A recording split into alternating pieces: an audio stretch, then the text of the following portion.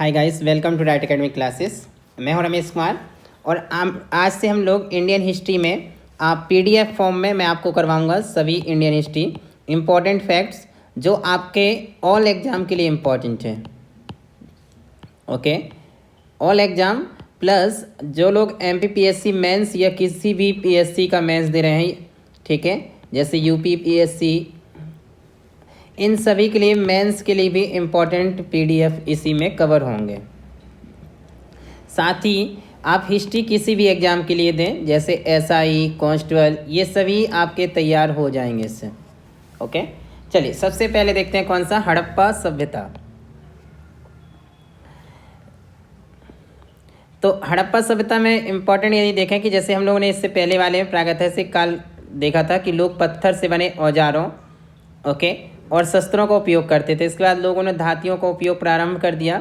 तांबा ऐसी पहली धातु थी जिसका उपयोग व्यक्ति ने औजार बनाने के लिए किया था। तो मनुष्य द्वारा प्रयोग की गई पहली धातु कौन सी है? तांबा। ये आपसे पीटी में पूछ सकता है या किसी भी एग्जाम में। धीरे धीरे भारतीय उपमहाद्वीप में अनेक ऐसी धातु सभ्यताओं का विकास हुआ जो पत्थर और तांबे के औजारों के रूप में आधारित थीं। वे इस प्रयोजन के लिए कांसे का उपयोग भी करती थीं। ओके, जो तांबे और रांगे अर्थात टिन का मिश्रण था। जो कांसा होता है किसका मिश्रण होता है? तांबे और टिन का। इतिहास के इस चरण को ताम्रपाषाणिक या चैल्कोलिथिक युग के नाम से भी जाना जाता था। चालको यानी तांबा, और लिथिक यानी पत्थर। भारत में ताम्रपाषाण काल का सर्वाधिक उदीयमान अध्याय हड़प्पा सभ्यता, सिंधु घाटी की सभ्यता से नाम जाना जाता है, इसमें माना जाता है। ओके, चलिए अब हड़प्पा सभ्यता का देखते हैं। हड़प्पा सभ्यता की खोज देखें तो 1920-22 में की गई थी, जब इसके दो महत्वपूर्ण स्थलों की खुदाई हुई थी। ये स्थान थे रावी नदी के किनारे बसा हड़प्पा, नंबर 1, और सिंधु नदी के किनारे बसा मोहनजोदड़ो, नंबर 2। 2 से पहले स्थान की खुदाई देखें तो इन्होंने की थी D.R. साहनी, जिन्हें आप दयाराम साहनी पढ़ते होंगे बुकों में। तो किसने की थी? दयाराम साहनी ने। और दूसरे वाले की खोज की थी मोहनजोदड़ो को किसने? R.D. बनर्जी ने। तो ये दोनों चीज़ याद रखिए आप कि जो हड़प्पा शहर है रावी नदी किनारे बसा है, और सिंधु किसके? मोहनजोदड़ो। इसकी खोज किसने की थी हड़प्पा की? D.R. साहनी ने। और दूसरे की इसकी मोहनजोदड़ो की R.D. बनर्जी ने। पुरातात्विक खोजों के आधार पर हड़प्पा सभ्यता को 2600 ईसा पूर्व से 1900 ईसा पूर्व के कालखंड के बीच माना गया है। इसमें अलग अलग मतभेद हैं, अलग अलग चीज़ रहती है, इस पर डिस्कस करेंगे हम लोग। और ये विश्व की प्राचीनतम सभ्यताओं में से एक है। कई बार इसे हम सिंधु घाटी की सभ्यता, ये सिंधु घाटी सभ्यता भी कहा जाता है, क्योंकि इसका रीजन है प्रारंभ में इसकी जितनी भी बस्तियों की खोज हुई वे सभी सिंधु नदी के या इसकी सहयोगी नदियों के पास या आसपास के मैदानों में स्थित थी, इसलिए इसे कौन सी सभ्यता भी कहते हैं? सिंधु घाटी की सभ्यता। परंतु आजकल इसे हड़प्पा सभ्यता कहा जाता है, क्योंकि हड़प्पा ही वह पहला स्थान था जिससे इस सभ्यता का अस्तित्व प्रकाश में आया। इसके अतिरिक्त हाल ही के पुरातात्विक अन्वेषणों से ये संकेत मिलता है कि इस सभ्यता का विस्तार सिंधु नदी के सुदूर विस्तार तक फैला हुआ था। इसलिए यही बेहतर है कि इस सभ्यता को हम हड़प्पा सभ्यता के नाम से ही पुकारें। ये भारत की प्रथम नागरिक सभ्यता है। ये इंपॉर्टेंट लाइन आपके लिए। यह भारत की प्रथम नागरिक सभ्यता है और विश्व की अन्य प्राचीन सभ्यताओं जैसे मेसोपोटामिया और मिस्र की सभ्यता, इन दोनों के क्या है? ये समकालीन है। हड़प्पा कालीन लोगों के जीवन और सभ्यता के संबंध में हमारी जानकारी से पुरातात्विक खुदाइयों पर ही आधारित है, क्योंकि उस काल की लिपि को अभी तक पढ़ा नहीं जा सका। अगर देखें कि हड़प्पा सभ्यता का उद्भव अचानक नहीं हुआ, इसका विकास धीरे धीरे नवपाषाण युग की ग्रामीण सभ्यता से हुआ है। ऐसा विश्वास किया जाता है कि सिंधु नदी के उपजाऊ मैदानी क्षेत्र से अधिकतम उपज लेने के लिए बेहतर तकनीकों के उपयोग के परिणाम स्वरूप कृषि उत्पादन में वृद्धि हुई। इसके फलस्वरूप इतनी बढ़ती फसल पैदा हुई होगी जिससे कि गैर कृषि आबादी के लोगों को, प्रशासकीय वर्ग इत्यादि के लिए खाद्यों और उनके जीवन यापन के लिए उत्पादन उपलब्ध हुआ होगा। इससे दूर दराज के प्रदेशों के साथ विनिमय और व्यापारिक संबंध में बढ़ाने में सहायता मिली होगी। कह सकते हैं यहाँ पे कृषि अधिशेष हुआ होगा। एक शब्द आएगा क्या? कृषि अधिशेष। एग्रीकल्चर सरप्लस कहते हैं। इसका अर्थ है इतना उत्पादन करना कि खाद्यान्न के लिए तो हो ही, साथ ही उसे स्टोरेज किया जाए या उसका एक्सपोर्ट भी किया जाए। ओके, तो खाद्यान्न जरूरत को पूरा करने के बाद यदि कृषि का जो उत्पादन है वह बच जाए तो उसे कहते हैं कृषि अधिशेष या एग्रीकल्चर सरप्लस। ओके, इससे हड़प्पा लोगों में समृद्धि आई होगी और वे शहर बसाने के योग्य बने होंगे।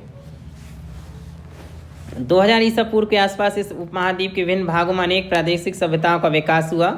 ये भी पत्थर और तांबे के औजार पर उपयोग पर आधारित थी। ये वालों को हम लोग बाद में देखेंगे इसके बाद। ओके, ये चैलकुलिथिक वाली हड़प्पा सभ्यता। अब देखते हैं हम लोग सबसे पहले हड़प्पा सभ्यता का उद्भव एवं विस्तार कि भारत में किस किस रीजन पे था, और इसके उद्भव को हम अब विस्तार से देखेंगे। ओके, तो पुरातात्विक अवशेषों से पता चलता है कि हड़प्पा सभ्यता से पहले लोग छोटे छोटे गांव में रहते थे। समय बीतने के साथ छोटे कस्बे से बने और इन कस्बों से हड़प्पा काल के दौरान पूर्ण विकसित शहरों का विकास हुआ। ओके, वास्तव में हड़प्पा काल की संपूर्ण अवधि को 3 चरणों में बांटा गया है। पहला है प्रारंभिक हड़प्पा काल, जिसे 3500 ईसा पूर्व से 2600 ईसा पूर्व के रूप में जाना जाता है। दूसरा, ठीक है, इस काल की विशेषता का उल्लेख मिलता है कि इसे मिट्टी से बने ढांचों, प्रारंभिक व्यापार, कला और शिल्पों आदि में। दूसरी देखें तो परिपक्व हड़प्पा सभ्यता, मैच्योर स्टेट देखें इसकी। ओके, यह है 2600 से 1900 ईसा पूर्व। यह चरण है जब हमें भट्टे में पकी ईंटों से बने ढांचों वाले भली भांति विकसित शहर, स्वदेशी और विदेशी व्यापार और विविध प्रकार के शिल्प देखने को मिले हैं।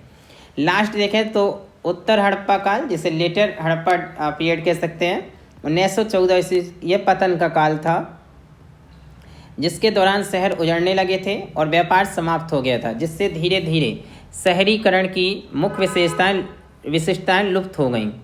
ओके, चलिए अब सबसे पहले हम लोग देखते हैं कि हड़प्पा सभ्यता का भौगोलिक विस्तार। ओके, पुरातात्विक खुदाइयों से पता चला है कि यह सभ्यता विस्तृत क्षेत्र में फैली हुई थी, जिसमें न कि भारत के आधुनिक राज्य जैसे राजस्थान, पंजाब, हरियाणा, गुजरात, महाराष्ट्र, पश्चिमी उत्तर प्रदेश सम्मिलित थे, बल्कि पाकिस्तान, अफगानिस्तान के कुछ भाग भी शामिल थे। इस सभ्यता के कुछ मुख्य स्थान हैं, जैसे जम्मू कश्मीर में मांडा सबसे उत्तरी बिंदु, अफगानिस्तान में सारतलोई, पश्चिमी पंजाब पाकिस्तान में हड़प्पा, सिंध में मोहनजोदड़ो और चन्हूदड़ो, राजस्थान में कालीबंगन, गुजरात में लोथल और धौरावीरा।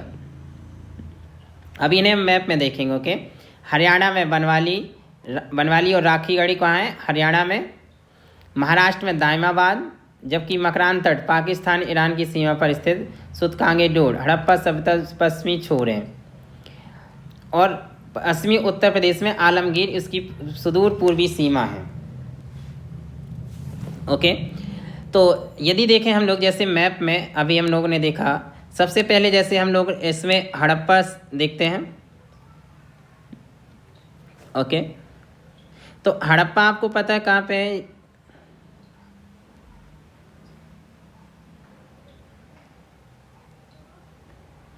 रावी नदी के तट पर। तो ये देखिए आपको हड़प्पा मिलेगा रावी नदी के तट पर, और बाएं तट पर याद करते हैं हम, तो रावी नदी के बाएं तट पर। दूसरा हम मोहनजोदड़ो देखते हैं, ये है कहाँ पे? देखिए सिंध नदी जो है उसके दाएं तट पर। तो इस तरह से देखना है। ओके, फिर आप देखिए कालीबंगन राजस्थान में, बनावली, ओके, राखीगढ़ ये हरियाणा वाला भी रीजन देखा था, आलमगीर उत्तर प्रदेश में। ओके, ये देखिए धौलावीरा, सुरकोत्रा, रंगपुर, राजदी, ये सब कहाँ पे हैं? गुजरात में। चन्हूदड़ो। ओके, तो इस तरह से आप पूरे ये देख लीजिए कि कौन सा कहाँ पे था, मुख्य वाले। और ऊपर हमने इसकी लिस्ट भी देख ली। मांडा ये जम्मू कश्मीर वाला। ओके, रोपड़। तो प्रमुख शहरों में देखें, जो प्रमुख स्थान है वो इस तरह से स्थित थे हड़प्पा सभ्यता में। ओके,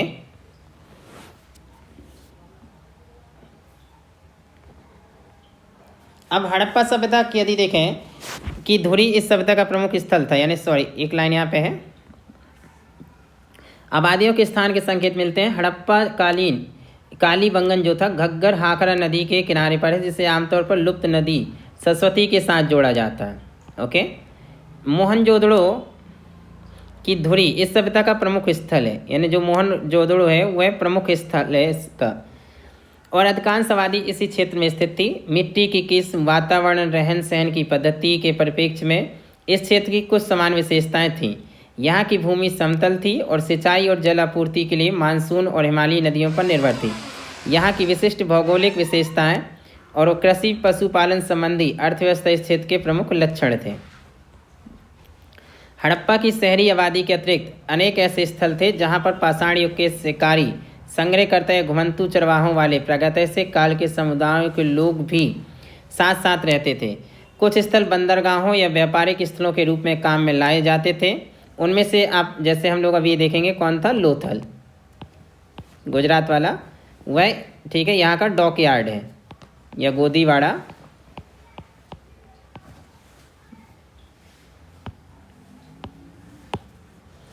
ओके,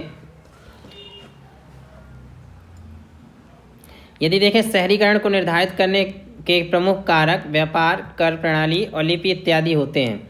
शहरी सभ्यता कहला जाने के लिए हड़प्पा सभ्यता इन सभी मानकों पर खरी उतरती है। ओके, तो अगर अब देखें कि हमने क्या क्या पढ़ लिया, सिंधु घाटी सभ्यता को हड़प्पा सभ्यता क्यों कहते हैं, यदि मेंस में आए तो ये आप कर पाएंगे 3 मार्क्स में। हड़प्पा सभ्यता के विभिन्न चरण कौन से हैं, जो 3 स्टेट हमने पढ़े वो आप देखिए कि 3 कौन कौन से हैं। ओके, प्रारंभिक, मैच्योर वाली परिपक्व, और फिर बाद वाली उत्तर। ओके, हरियाणा और गुजरात के किन्हीं 2 प्रमुख हड़प्पा कालीन स्थलों के नाम लिखिए, तो आप लिख दीजिएगा कि हरियाणा और गुजरात के 2, ठीक है। आई थिंक आपने देख लिए होंगे। मोहनजोदड़ो की खोज किसने की थी, तो आपने देखा था आर डी बनर्जी। हड़प्पा किस नदी के किनारे है, रावी। किसी नगरीय सभ्यता की प्रमुख विशेषताएं क्या होती हैं, ये अभी हमने देखा ये वाला लास्ट। ओके, ये तीनों जो देखे ना, व्यापार, कर प्रणाली और लिपि। आप देखते हैं हम लोग जो इसकी सबसे बड़ी विशेषता कौन सी, नगर योजना। हड़प्पा सभ्यता की सबसे दिलचस्प विशिष्टता है यहाँ की नगर योजना। इसमें अत्यधिक समरूपता देखने में आई है, यद्यपि कहीं कहीं पर प्रादेशिक रूप से विविधताएं भी देखने में आती हैं। नगरों, गलियों, मकानों के ढांचों, ईंटों के आकार और नालियों की इत्यादि की योजना में एक रूपता दिखाई देती है। लगभग सभी मुख्य स्थलों हड़प्पा, मोहनजोदड़ो, कालीबंगन और अन्य को 2 भागों में विभाजित किया गया था। पश्चिम की ओर एक ऊंचे चबूतरे पर बना किला, ओके, तो 2 में बांटा गया, एक तो पश्चिम क्षेत्र, एक पूर्वी क्षेत्र। इस साइड ऊंचे चबूतरे पर क्या होता था, किला, ठीक है, और जो आबादी के पूर्वी भाग में बना निचला नगर, इस साइड निचला नगर होता था पूर्वी में।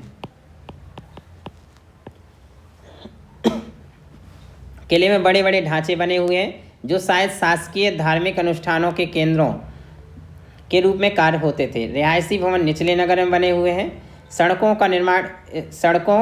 का ढांचा इस प्रकार बना था कि एक दूसरे मार्ग को समकोण पर काटते हुए निकलते थे। ये एक बड़ी विशेषता है। इनसे शहर अनेक रिहायशी खंडों में बंट जाते थे। मुख्य मार्ग को छोटी गलियों के साथ जोड़ा गया है। घरों के द्वार मुख्य मार्गों पर न होकर इन सकरी गलियों में खुलते थे। अधिकांश मकान भट्टी पकी ईंटों से बने थे। बड़े घरों में कई कमरे होते थे जिसमें एक चौकोर आंगन भी होता था। इन घरों में अपने निजी कुएं, रसोई घर, स्नानाघर के चबूतरे होते थे। घरों के आकार में अंतर से ये संकेत मिलता है कि धनी लोग बड़े घरों में रहते थे और एक कमरे या घरों या बैरकों में समाज के निर्धन वर्ग के लोग रहते होंगे। हड़प्पा काल के लोगों की जल निकासी व्यवस्था बहुत व्यवस्थित और विकसित थी। हर घर में नालियाँ होती थीं जो गली की नाली से जाकर मिलती थीं। ये नालियाँ ईंटों से बने नरमुखों, मैन होल्स पर पत्थर से की सिल्लियों से ढकी होती थीं, जिन्हें सफाई के लिए हटाया जा सकता था, जिन्हें नियमित अंतराल पर गलियों के किनारे बनाया जाता था। इससे पता चलता है कि उन लोगों को सफाई विज्ञान की अच्छी जानकारी रही होगी, जो अभी हम मॉडर्न भी फॉलो करते हैं। इसी तरह से कि हर एक घर से जो नालियाँ होती हैं या ये जाके गली की एक मैन होल्स कैनाल से मिल जाती हैं, नाली से मिल जाती हैं। और इसमें आपने देखा होगा कई जगह मेंस होल्स भी रहते हैं जो सफाई के लिए यूज होते हैं ना, रोड पे देखा होगा मेंस होल बने होते हैं। तो सेम सिस्टम प्रणाली वहाँ भी पाई गई है। यदि देखें हड़प्पा के नगरों कुछ मुख्य ढांचों के अवशेष जो हमें मिले हैं उन पे डिस्कस करते हैं। तो सबसे पहला यदि सबसे इम्पोर्टेंट देखें तो मोहनजोदड़ो का विशाल स्नानागार एक बहुत ही प्रमुख स्थल है। ये देखिए जो बना हुआ है मोहनजोदड़ो का विशाल स्नानागार का स्ट्रक्चर है। इसके चारों ओर बरामदे बने हैं। ये देखिए पूरा जो एरिया ये वाला रीजन है। और उत्तरी और दक्षिणी दोनों छोरों पर सीढ़ियाँ बनी हुई हैं। देखिए ये सीढ़ियाँ उतरने के लिए जंप है ना, इस साइड भी सेम है। यहाँ पे स्नानागार के फर्श पर बिटुमन कोयले का प्लास्टर किया गया था ताकि पानी का रिसाव ना हो, अर्थात ये वाले पे फर्श पे। साथ के एक कमरे से पानी की आपूर्ति होती थी और पानी की निकासी के लिए नाली होती थी। जैसे ये निकासी के लिए नाली है और इस साइड कमरे से पानी की आपूर्ति होती थी।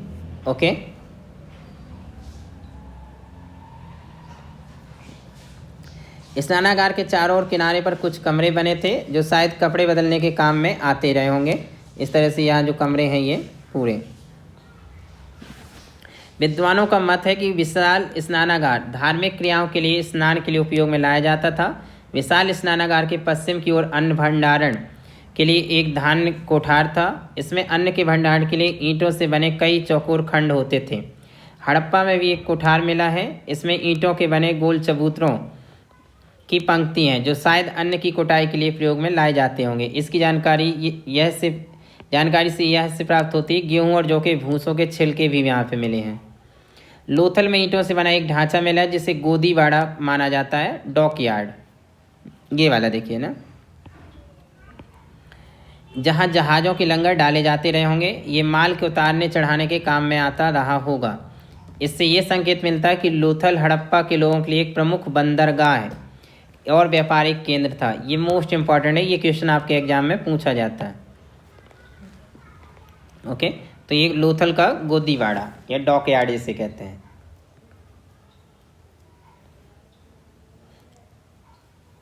अब एक देखिए क्वेश्चन जैसे अगर बने से हड़प्पा के नगरों में किले का निर्माण सामान्यतः किस दिशा में होता था? घरों के बनाने किस प्रकार की ईंटों का प्रयोग होता था? विशाल स्नानागार की खोज कहाँ पर हुई है? लोथल में पाए गए प्रमुख भवन के ढांचे का नाम बताइए। तो ये आप ऊपर के देखा हमने पूरा डिस्कस किया।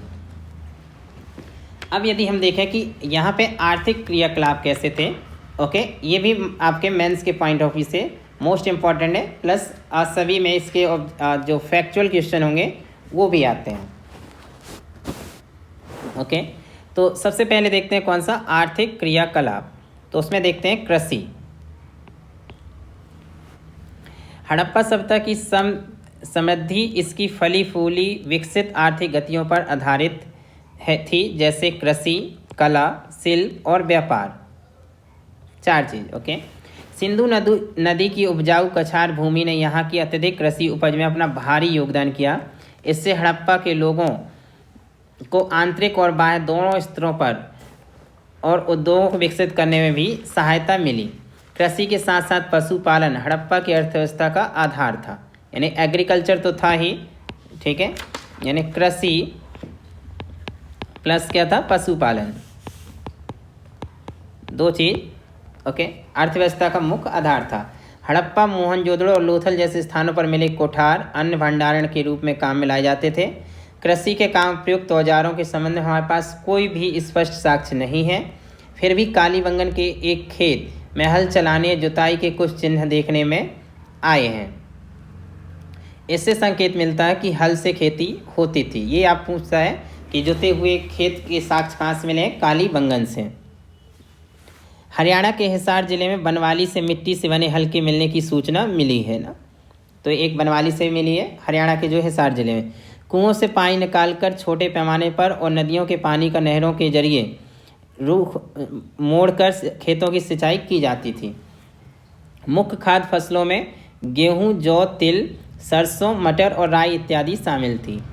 ओके, तो प्रमुख फसलों में कौन सी? गेहूं और जौ।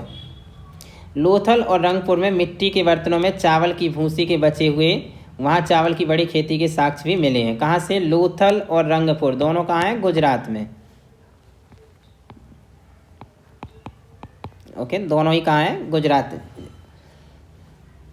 कपास यहाँ की एक अन्य प्रमुख फसल थी। मोहनजोदड़ो से बुने हुए कपड़े का एक टुकड़ा प्राप्त हुआ है। अनाजों के अतिरिक्त मछली और पशुओं का मांस भी हड़प्पा के लोगों का आहार का हिस्सा था। अब यदि देखें हम लोग कौन सा? उद्योग और शिल्प। हड़प्पा के लोग लोहे के अतिरिक्त लगभग सभी प्रकार की धातुओं से परिचित थे। तो आपसे पूछता है कि हड़प्पा वासी किस एक धातु से परिचित नहीं थे? तो किससे नहीं थे? लोहे से, अर्थात आयरन से। ये याद रखिएगा। वे सोने और चांदी की वस्तुएं बनाते थे। सोने की वस्तुओं में मोती, बाजूबंद, सुइयां और अन्य गहने शामिल थे, परंतु सोने से ज़्यादा चांदी का उपयोग अधिक प्रचलन में था। बहुत बड़ी संख्या में चांदी के गहने, तस्तरियाँ इत्यादि प्राप्त हुई हैं। तांबे के औजार और अस्त्र शस्त्र भी बड़ी संख्या में प्राप्त हुए हैं। समान औजारों में कुल्हाड़ी, आरी, छेनी, चाकू, भाले की नोकों, तीरों के शीर्ष इत्यादि शामिल हैं। ध्यान देने की बात यह है कि हड़प्पा के लोगों द्वारा बनाए गए शस्त्र ज़्यादातर सुरक्षात्मक प्रकृति के थे, क्योंकि तलवार जैसे शस्त्रों के मिलने के कोई प्रमाण नहीं मिले हैं। पत्थर के औजारों का भी आमतौर पर उपयोग होता था। तांबा राजस्थान के खेतड़ी नामक स्थान से आता था, जो अभी भी यहाँ पे माइंस है इसकी। तो सोना हिमालयी नदियों की तराई, ओके, दक्षिण भारत से आता था। दक्षिण भारत और ये हिमालयी नदियों की तराई से। और चांदी मेसोपोटामिया से। हमें कहाँ से उपयोगी प्रमाण मिले हैं, परंतु बहुत ही सीमित स्तर पर। इस संबंध में सबसे प्रसिद्ध नमूना है मोहनजोदड़ो से मिली कांसे से बनी नृत्यांगना की एक मूर्ति। यह नग्न नारी की एक मूर्ति है ना, जो नृत्य की मुद्रा में है। इसने बहुत सारी चूड़ियाँ पहन रखी हैं। ओके, अभी इसकी पिक दिखाते हैं, नीचे होगी, ठीक है, अभी देखते हैं उसे। ओके, मनके बनाने की कला भी बहुत प्रसिद्ध प्रमुख शिल्पकारी थी। बहुमूल पत्थरों और रत्नों से मोती बनाए जाते थे, जैसे देखें यदि गोमद, आगेट और कार्नेलियन। मोती बनाने के लिए स्ट्रॉइड का उपयोग होता था। ये वाला क्वेश्चन भी आपसे पूछा गया है। ओके, ये मोती बनाने के लिए किसका उपयोग होता था? ठीक है, स्टेरोटाइट का। स्टेरोटाइट कहते हैं इसे। चंदहुदड़ो और लोथल में मोती बनाने की दुकानों के साक्ष्य भी प्राप्त हुए हैं। सोने और चांदी के मनके भी प्राप्त हुए हैं। हाथी दांत की नक्काशी और मूर्ति के बाजूबंद, अन्य सजावटी सामानों पर मीनाकारी का भी काम प्रचलन में था। अतः हम कह सकते हैं कि हड़प्पा के लोगों को अनेक कलाओं और शिल्पकारी के कामों में दक्षता प्राप्त थी। हड़प्पा काल की कलाकृति में एक प्रसिद्ध कलात्मक मूर्ति है मोहनजोदड़ो से मिली दाढ़ी वाले पुरुष की पत्थर से बनी एक मूर्ति। इसकी आंखें अंधमुंदी हैं, जैसे कि यह ध्यान मुद्रा में हो। ये देखिए, जैसे यहाँ पे बनाई रखी, ये वाली है ना।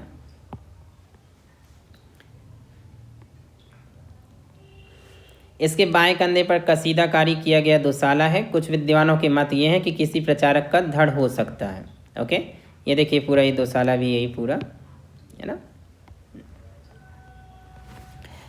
हड़प्पा के अनेक स्थलों से पुरुष और महिलाओं की बहुत बड़ी संख्या मिट्टी की मूर्तियां प्राप्त हुई हैं। महिलाओं की मूर्तियों की संख्या पुरुषों की मूर्तियों से अधिक है। ऐसा माना जाता है कि ये मातृ देवी की पूजा के संबंध में प्रत्यक्ष प्रमाण है। तो ये वाली लाइन आप याद रखिए कि यहाँ मातृ देवी की भी पूजा होती थी, इसके प्रत्यक्ष प्रमाण है। इसके अतिरिक्त पक्षियों, बंदरों, कुत्तों, भेड़ों, पालतू पशुओं, कुबड़ सहित और कुबड़ रहित बैलों के अनेक प्रकार की मूर्तियों के नमूने प्राप्त हुए हैं। फिर भी इस संबंध में सबसे उल्लेखनीय नमूने हैं पकी ईंट, मिट्टी की बनी गाड़ियाँ। मिट्टी के बर्तन बनाना भी हड़प्पा काल के लोगों का एक प्रमुख उद्योग था। ये मुख्य रूप से चाक पहिए पर बनाए जाते थे और इन पर लाल रंग करने के बाद काले रंग से सजावट होती थी। ये विभिन्न आकारों शक्लों में पाए गए हैं। चित्रकारी के नमूनों में अलग अलग मोटाई की आड़ी लकीरें, पत्तों के नमूने, पाम और पीपल के पेड़ और पक्षी, मछलियाँ, पशु इत्यादि के चित्र भी मिट्टी के बर्तनों पर बनाए गए हैं। हड़प्पा के लोग विभिन्न प्रकार की मोहरें बनाते थे। विभिन्न स्थानों से लगभग 2000 से भी ज़्यादा मोहरें प्राप्त हुई हैं। ये मोहरें आमतौर पर चौकोर शक्ल में थीं। ओके, इस तरह से। ओके, और सेल खड़ी से बनी होती थी। तो जो मोहरें बनती थीं, ओके, ये किससे बनती थी? सेल खड़ी से। ध्यान देने की बात है कि इन मोहरों पर अनेक पशुओं के चित्र थे, परंतु किसी मोहर पर घोड़े का चित्र नहीं था। इसका अर्थ है माना जाता है कि हड़प्पा वासियों को घोड़े का ज्ञान नहीं था। और किसका? हमने लोहे का भी देखा था। ओके, तो दो चीज़, एक धातु में इसका और पशुओं में किसका? घोड़े का। इससे हमारे विद्वान ये तर्क करते हैं कि हड़प्पा के लोग घोड़े से परिचित नहीं थे। यद्यपि ऐसे विद्वान भी हैं जो इस बात से सहमत नहीं हैं। विभिन्न प्रकार के पशुओं के अतिरिक्त हड़प्पा की मोहरों पर हड़प्पा काल की लिपि के कुछ चिन्ह बने हैं, परंतु अभी तक इस लिपि को पढ़ा नहीं जा सका है। सबसे प्रसिद्ध मोहर वह है जिस पर सींगों वाले एक पुरुष देव का चित्र बनाया गया है। ओके, ये देखिए, ये पूरे हैं जो, ठीक है, मूर्तियाँ मिली हैं, ये सभी कुछ। इसके 3 सिर हैं। ओके, ये वाली जो बताई गई है, इसके ये पद्मासन की मुद्रा में बैठा है। इसके चारों ओर हाथी, बाघ, गैंडा और एक भैंस जैसे जानवरों से घिरा है। अनेक विद्वान इसे भगवान पशुपति, पशुओं के देवता का प्राचीन रूप मानते हैं, परंतु कुछ विद्वानों का इस पर विचार और, ठीक है, इस विचार से मतभेद है।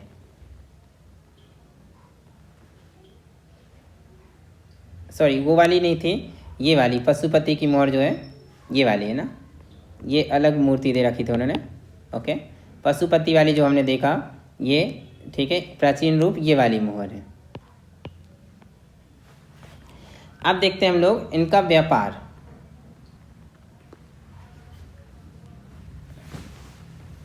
ओके, हड़प्पा के लोगों की नगरीय अर्थव्यवस्था की एक महत्वपूर्ण विशेषता थी। नगरीय व्यवस्था की, ठीक है, उनका आंतरिक देश के अंदर और बाह्य विदेशों में दोनों तरह का व्यापारिक तंत्र जाल नेटवर्क था। नगर की आबादी अपने खाद्यों और अन्य जरूरी चीज़ों के लिए अपने आसपास के गांवों पर निर्भर थी, इसलिए गांवों, शहरों, ग्रामीण नगरों के परस्पर संबंध विकसित हुए। इसी प्रकार शहरों के शिल्पकारों को अपनी चीज़ें बेचने के लिए बाजारों की जरूरत थी। इससे शहरों के बीच परस्पर संपर्क स्थापित हुए।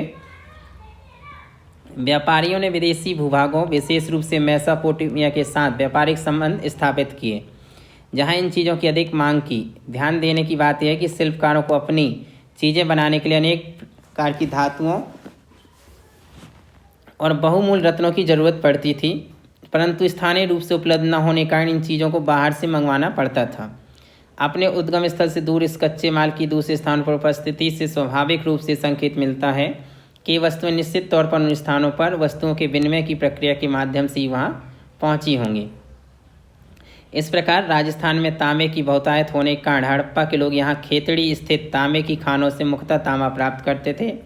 कर्नाटक के कोलार स्थित सोने की खानों और हिमालय नदियों की तराई से संभवतः सोने की पूर्ति होती थी, है ना, जो आपने मूवी देखी होगी KGF, कोलार गोल्ड फील्ड। अभी इसका सेकंड पार्ट आने वाला जो, ओके, तो वहाँ से सोने की प्राप्ति होती थी। चांदी का स्रोत शायद राजस्थान की ज्वार स्थित खाने रही होंगी। ऐसा विश्वास किया जाता है कि चांदी संभवतः हड़प्पा की वस्तुओं के विनिमय के बदले में मेसोपोटामिया से भी प्राप्त की जाती थी।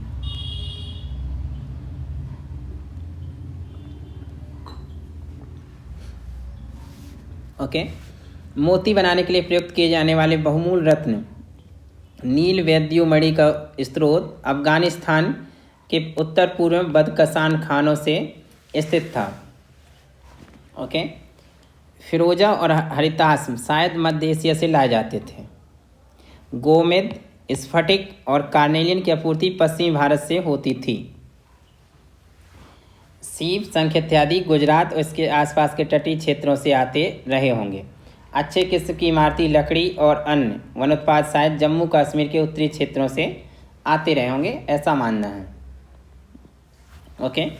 हड़प्पा के लोग मेसोपोटामिया के साथ विदेश व्यापार भी करते थे। ये व्यापार मुख्य रूप से फारस की खाड़ी में स्थित ओमान और बहरीन के जरिए होता था। ये मोस्ट इम्पॉर्टेंट है, ये आपसे पूछता है। तो कैसे?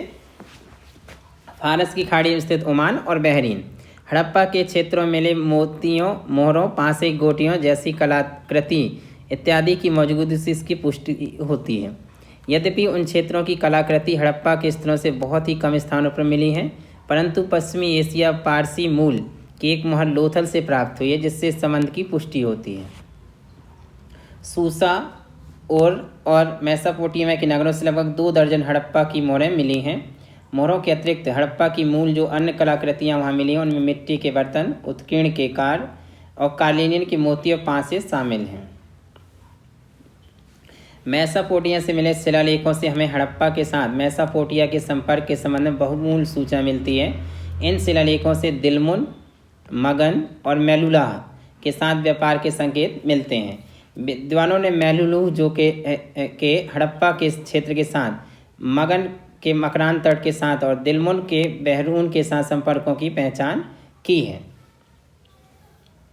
इससे संकेत मिलते हैं कि मेसोपोटामिया मेलुलू से तांबा, कार्जेलियन, हाथी दांत, सीपियाँ, वैद्युर मणि, मोती और आबूनस आयात करता था। मेसोपोटामिया से हड़प्पा को निर्यात की जाने वस्तु में शामिल थे तैयार कपड़े, ऊन, इत्र, चमड़े की वस्तुएं और चांदी। चांदी के अतिरिक्त ये सभी वस्तुएं नाशवान हैं। ये मुख्य कारण रहा होगा कि जिसकी वजह से हड़प्पा के स्थलों में हमें इन वस्तुओं के अवशेष नहीं मिले। ओके।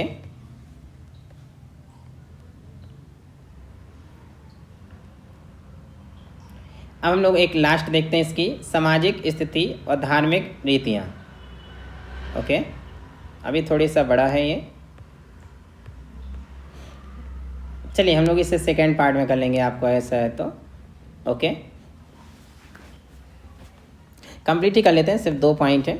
ओके, थोड़ी सा लॉन्ग हो रहा लेक्चर, बट इसको थोड़ी सा कंप्लीट कर लेते हैं, यहाँ लास्ट हो जाएगा। ओके,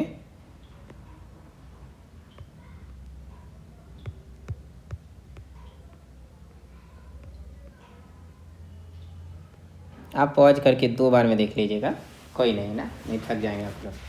चलिए देखते हैं सामाजिक विशिष्टताएं। ओके, ऐसा लगता है कि हड़प्पा के लोगों का समाज मात्र सत्तात्मक प्रकृति का था। मोस्ट इम्पॉर्टेंट बनता है क्वेश्चन। इस मत का आधार है मात्र देवी की लोकप्रियता, जैसा कि पंजाब और सिंध प्रदेशों में बड़ी मात्रा में मिली पक्की ईंटों की नारी मूर्तियों से भी संकेत मिलता है। क्योंकि हड़प्पा की लिपि को अभी तक पढ़ा नहीं जा सका है, इसलिए हमें इस संबंध में मिली सीमित सूचनाओं पर ही संतुष्ट रहना होगा। हड़प्पा के समाज में विविध व्यवसायों से जुड़े लोग शामिल थे। इनमें पुजारी, योद्धा, किसान, व्यापारी और कारीगर, राजगीर, बुनकर, सुनार, कुम्हार इत्यादि शामिल थे। हड़प्पा और लोथल जैसे स्थानों पर मिले मकानों के चिन्हों से पता चलता है कि विभिन्न वर्गों के लोगों द्वारा आवास के लिए भिन्न भिन्न प्रकार के भवनों का उपयोग किया जाता था। हड़प्पा के कोठार के पास बने कारीगरों घर से इस वर्ग के कारीगरों की उपस्थिति के संबंध में पुष्टि होती है। इसी प्रकार लोथल में तांबे का काम करने वाले कारीगरों और मोती बनाने वाले कामगारों की कार्यशालाओं, उनके लिए आवासीय घरों के मिलने के भी प्रमाण मिले हैं। वास्तव में हम ये कह सकते हैं कि जो लोग बड़े घरों में रहते थे वे धनी वर्ग से थे, और जो कारीगरों के क्वार्टरों जैसे कोठरियों, बैरकों में रहते थे वे मजदूर वर्ग से थे। ओके, उनकी वेशभूषा के ढंग के संबंध में हमारी सीमित जानकारी उस काल के दौरान मिली पक्की मिट्टी और पत्थरों की बनी महिलाओं की मूर्तियों पर आधारित है। पुरुषों को अधिकतर जिस पहनावे में दर्शाया गया है उसमें नीचे के आधे भाग में चारों ओर एक धोती सी बंधी है, जिसका एक सिरा बाएं कंधे और दाएं बाजू के नीचे है। एक अन्य पोशाक है चोगे, ढीला कपड़ा की तरह परिधान, जिसमें शरीर के निचले भाग को ढका गया है। वे लोग सूती और ऊनी कपड़े उपयोग में लाते थे। मोस्ट इम्पॉर्टेंट लाइन है ना, सूती और ऊनी कपड़े दोनों के प्रयोग से परिचित थे। मोहनजोदड़ो में बुनाई किया गया एक कपड़ा मेला है। अनेक स्थानों पर मिली तकलियों और सुइयों से ये साक्ष्य मिलता है कि उस समय कताई और बुनाई का भी प्रचलन था। हड़प्पा के लोगों को सजने संवरने का शौक था। विभिन्न स्थानों पर मिली पुरुषों और महिलाओं की मूर्तियों से बाल संवारने के प्रमाण मिलते हैं। पुरुष और महिलाएं अपने बाल अलग अलग तरीके से संवारते थे। लोग आभूषण पहनने के लिए भी शौकीन थे। लोग इनमें मुख्य तौर पर स्त्री और पुरुष दोनों द्वारा उपयोग किए जाने वाले नेकलेस, बाजूबंद, कानों के बूंदे, मोती, मन के चूड़ियाँ इत्यादि शामिल थे। ऐसा लगता है कि धनी लोग सोने, चांदी और बहुमूल्य रत्नों से बने गहने पहनते थे, जबकि निर्धन लोगों को पक्की मिट्टी के गहनों से ही संतुष्ट होना पड़ता था।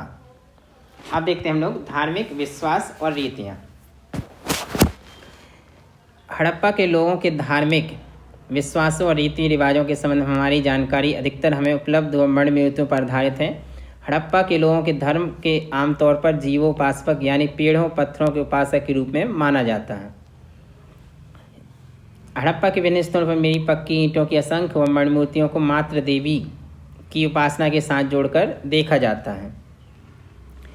ओके, इनमें से अधिकांश मूर्तियों में महिलाओं ने चौड़ी सी करधनी, बाघ की खाल का कपड़ा और गले में हार पहन रखा है।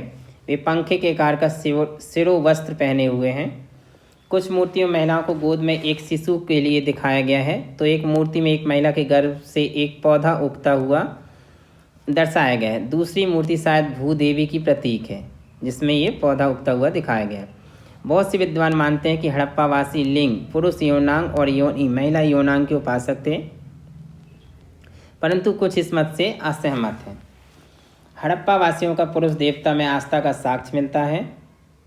एक मोहर पर बनी एक आकृति से, जिसमें एक पुरुष के सिर पर भैंसे के सींग वाला मुकुट है, जो यौगिक मुद्रा में बैठा है। इसके आसपास कई पशु हैं। अनेक विद्वान इसे भगवान पशुपति, जो हमने अभी देखा था, के देवता या आदि शिव के रूप में देखते हैं। यद्यपि कुछ विद्वान इससे मतभेद है। एक अन्य मोहर में एक सींगों वाले देवता की आकृति है, जिसके बाल हवा में उड़ते हुए हैं और वह नग्न है और पीपल के पेड़ की शाखाओं के बीच खड़ा है।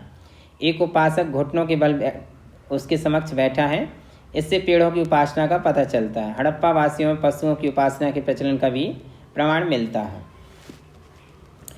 ईसा पूर्व के मध्य देखने में आया कि आबादी के क्षेत्र में सिकुड़ने लगे थे। उदाहरणतः यदि उत्तर काल की अवधि के दौरान हड़प्पा, जो मूल रूप से 85 हेक्टेयर के क्षेत्र में फैला था, इस काल में सिर्फ 3 हेक्टेयर की आबादी में सिकुड़ कर रह गया था। ऐसा लगता है कि यहाँ की आबादी किन्हीं दूसरे क्षेत्रों में स्थानांतरित हो गई, इसका संकेत मिलता है। ठीक है, अब जरा देखते हैं हड़प्पा सभ्यता है।